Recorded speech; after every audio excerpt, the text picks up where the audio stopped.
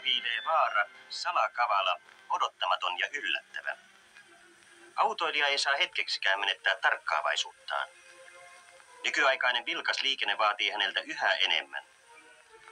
Työterveyslaitos on maassamme erikoistunut tutkimaan liikennetapaturmien syitä ja autoilijoiden soveltuvuutta tehtäviinsä. Monimutkaiset vivut, kojeet ja laboratoriovälineet ovat tärkeänä tekijänä tutkimustyössä. Autoiluun ei enää nykyisin riitä pelkästään 4 pyörää, kaasu ja kytkin. Vaaditaan myös tiedettä selvittämään virheiden ja onnettomuuksien syitä.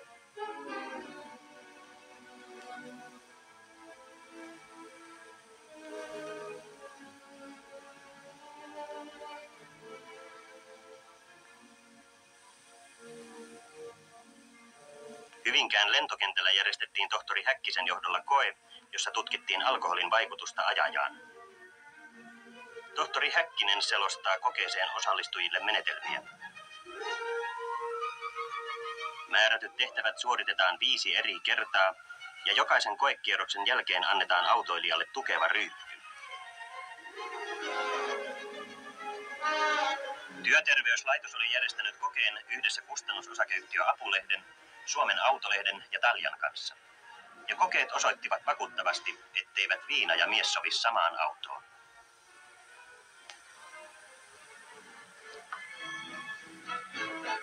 Ensimmäinen kierros ajettiin selvinpäin, mutta mitä useampi ryyppy katosi autoilijan kurkkuun, sitä suuremmiksi virheet kasvoivat.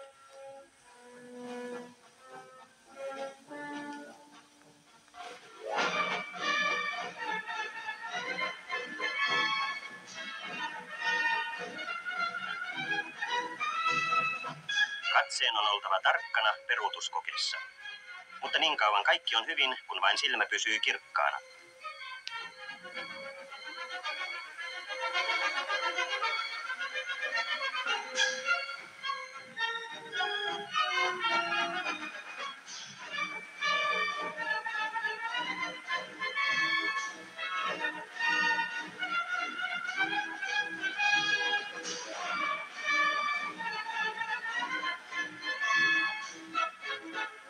Ajotaitokokeet vaativat näppäryyttä ja tarkkaa autonhallintaa. Ilman alkoholia selviydytään vaikeastakin kääntymiskokeesta, mutta kun nestettä on muuallakin kuin jäähdytteessä ja bensatankissa, niin yrittäminen on jo vaikeampaa. Ja turvallisuus maantiellä muuttuu epävarmaksi.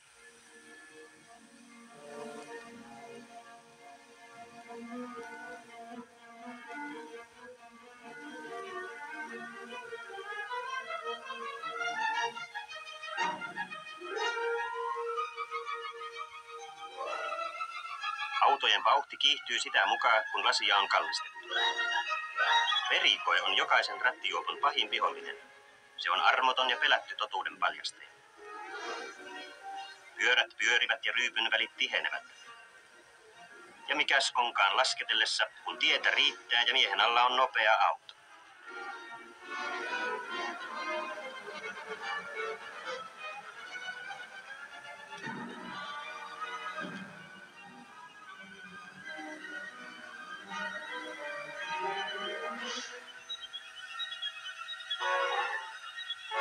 Kytkin ylös, vaihde silmään.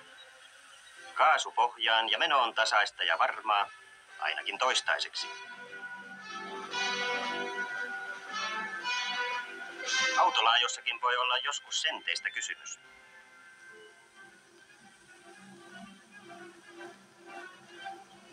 Täältä tullaan, ja lähimpään menneisyyteen kuuluu muutama viski grogi.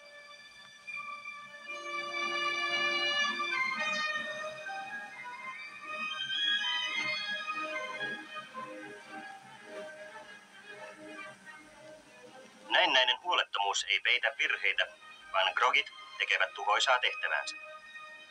Kokeessa todettiin, että pienikin alkoholimäärä vaikuttaa herkästi ajoon. Sietääpä varoa vähäisiäkin kulauksia ennen autoilua.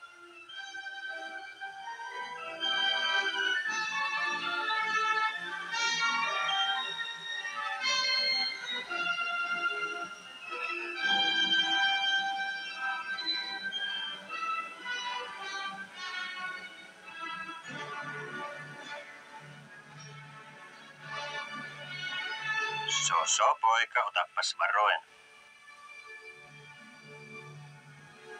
Ratti pyörii kuin ruletti ja verikoe paljastaa koehenkilön nauttiman jokaisen lasillisen. Tasapainokokeet vaativat selvää miestä, vaikka koehenkilö kuinka yrittäisi hallita itseään.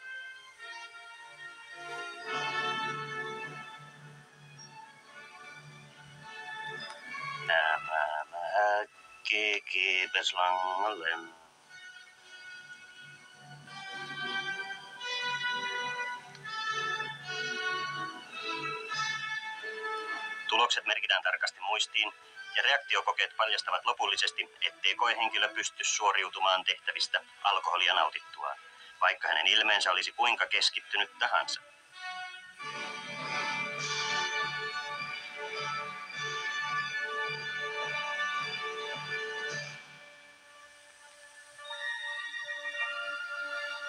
Hopsan, näin sitä meillä tullaan. Viimeinen koehenkilö, joka on vielä pystyssä, on rehvakas ja huoleton. Morjens kaverit, nyt sitä lähdettiin. Sankari ajaa, huolet eivät paina. Antaa mennä vaan. Mutkat pois tieltä ja kaasu pohjaan.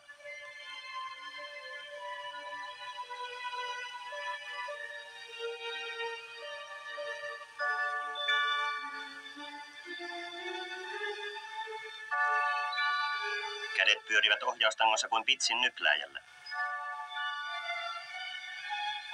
Mikäs tässä on liikkeelle lähtiessä päässäkin kihisee niin mukavasti?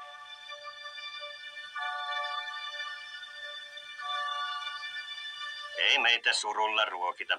Korkeintaan vasta Seutulassa.